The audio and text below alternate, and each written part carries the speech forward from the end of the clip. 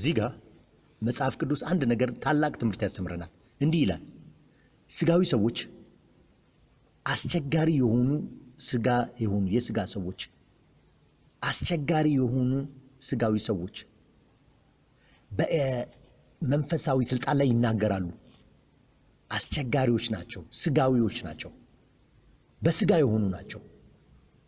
እንዲህ ይላል ሚካኤል፣ ቅዱስ ሚካኤል ባለው ኃይል ሁሉ ባለው ክብር ሁሉ ሰይጣንን ባገኘው ጊዜ ሰይጣናዊ ስብዕና ያለውን በሙሴ አካል ላይ ሊሰለጥን በፈለገው ላይ ምንም ነገር ሊያደርገው አልቻለም ነበር። ሚካኤል ሰይጣንን ምንም ሊያደርገው አልቻለም።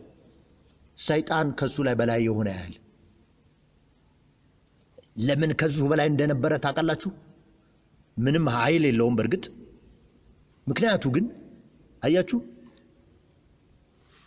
አዳም በወደቀ ጊዜ ሰይጣን የአዳም ስልጣን ወሰደበት። አዳም ለሰይጣን ተገዛ በኤደን ገነት ውስጥ። ስልጣኑንም ለሰይጣን አሳልፎ ሰጠ። ስለዚህ ሰይጣን ያለው ምንድነው? የአዳም ስልጣን ነው ከመላእክት ስልጣን የበለጠ። ምክንያቱም መጽሐፍ ቅዱስ ሲናገር እግዚአብሔር ሰውን በራሱ አምሳል ፈጠረ። ስለዚህ ሰው በእግዚአብሔር ክፍል እንጂ በመላእክት ክፍል አይደለም ያለው። መጽሐፍ ቅዱስ ሲናገር እንዲህ ይላል፣ ከኤሎሂም በላይ አድርጎ ፈጠረው ይላል። ያ ማለት ኤሎሂም ማለት እግዚአብሔር ማለት ነው። ምንም እንኳን ኤሎሂም የሚለው ቃል መላእክት ብሎ ቢተረጎምም ነገር ግን በብሉይ ኪዳን ላይ ከእግዚአብሔር በትንሹ አሳንሶ ፈጠረው ነው የሚለው ሰው። ገባችሁ? ስለዚህ ሰይጣን የሚንቀሳቀሰው በአዳማዊ ስልጣን ነው። ወደዛ ስፍራ በመጣ ጊዜ ወደ ሙሴ ጋር ቅዱስ ሚካኤል ምንም ነገር ቅጣት ሊሰጠው አልቻለም፣ ሊወስድበት አልቻለም።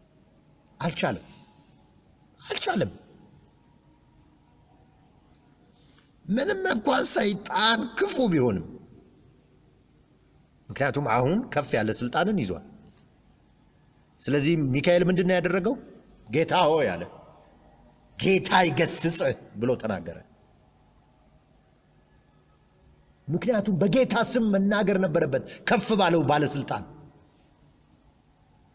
እሱ ራሱ መቅጣት አልቻለም ሰይጣንን። ክብር ለእግዚአብሔር ይሁን። ሃሌሉያ። ይሄ ነው እንግዲህ ምክንያቱ። አያችሁ፣ እግዚአብሔር ሁለተኛውን አዳም ላከልን። ምክንያቱም ማንም ፍጥረት ሰይጣንን ሊቋቋመው አልቻለም። ምክንያቱም አዳማ የሆነ ስልጣንን ስለወሰደ ሰይጣንን መቋቋም የሚችል አልነበረ።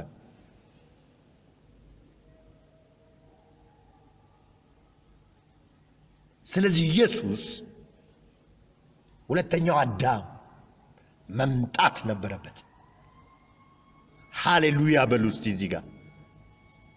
ለዚህ ነው የመጣው ኢየሱስ፣ እኛን ሊያድነን። ለዚህ ነው የመጣው። ያ ትምህርት ወደኛ የመጣው ለምንድን ነው? እንድንጠነቀቅ፣ ስለ መንፈሳዊ ስልጣን እንድንጠነቀቅ ነው ለኛ ለትምህርታችን የተነገረው። ስለዚህ ቅዱስ ሚካኤልን እንደ ምሳሌ ውሰዱት።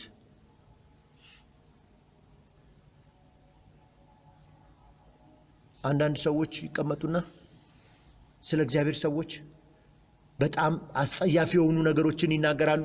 ይኸውላችሁ እንደዚህ አይነት ሰዎች ናቸው፣ እንደዚህ አይነት ክርስቲያኖች ሆነው መጽሐፍ ቅዱስ ላይ የሚናገረው እንኳን ምንም ነገር ፍሬ የለውም ይላሉ። እንዴት ግን በእግዚአብሔር ሰዎች ላይ ስለ ሰባኪ እንዴት እንደዚህ አይነት ንግግር ትናገራላችሁ? የእግዚአብሔር ሰው ላይ ክፉ ንግግር ነግሬያችኋለሁ። ሰዎች ስለ እግዚአብሔር ሰው ክፉ ቢናገሩ እጃችሁን ታጠቡና ከነሱ ዞር በሉ። ምንም ጥያቄ አትጠይቁ፣ ምንም መልስም አትስጧቸው። አንተ አንድ ነገር አትልም እንዴ ብትሉ ኖ አልልም፣ እዚህ ጋር የምናገረው ነገር የለኝም በሉ። ተዋቸው ለራሳቸው። እኔ ህይወቴ እንደዛ ነው የኖርኩት። በእግዚአብሔር አገልጋዮች ላይ ምንም ነገር ተናግሬ አላውቅም በተቃርኖ። ስለዚህ በጣም አስፈላጊ ነገር ነው። እርግጠኞቹን እንደዚህ አይነት በሞኝነት ሲናገሩ ጆሮአችሁን ድፈኑ፣ አትስሙ። ከዛ አካባቢ ራሳችሁን አግሉ፣ ወደ ሌላ ቦታ ሄዳችሁ ተቀመጡ።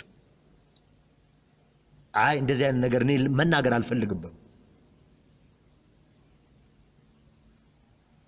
ነገር ግን አያችሁ ቤተክርስቲያን ገንዘብ ይሰርቃሉ ምናምን፣ አይ ተውኝ፣ እኔን ለእግዚአብሔር ተዋቸው። እነሱ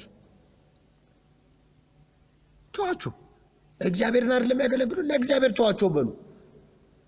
ከዛ ግን ራሴን ከዚህ አውጥቻለሁ ብላችሁ ተናገሩ። ሽሹ፣ ራቁ። እንደዛ ነው ማድረግ ያለባችሁ። እነሱን ከተገናኛችኋቸው አብራችሁ የምታወሩ ከሆነ ከተስማማችሁ እግዚአብሔር ደግሞ ይጽፈዋል። ሃሌሉያ።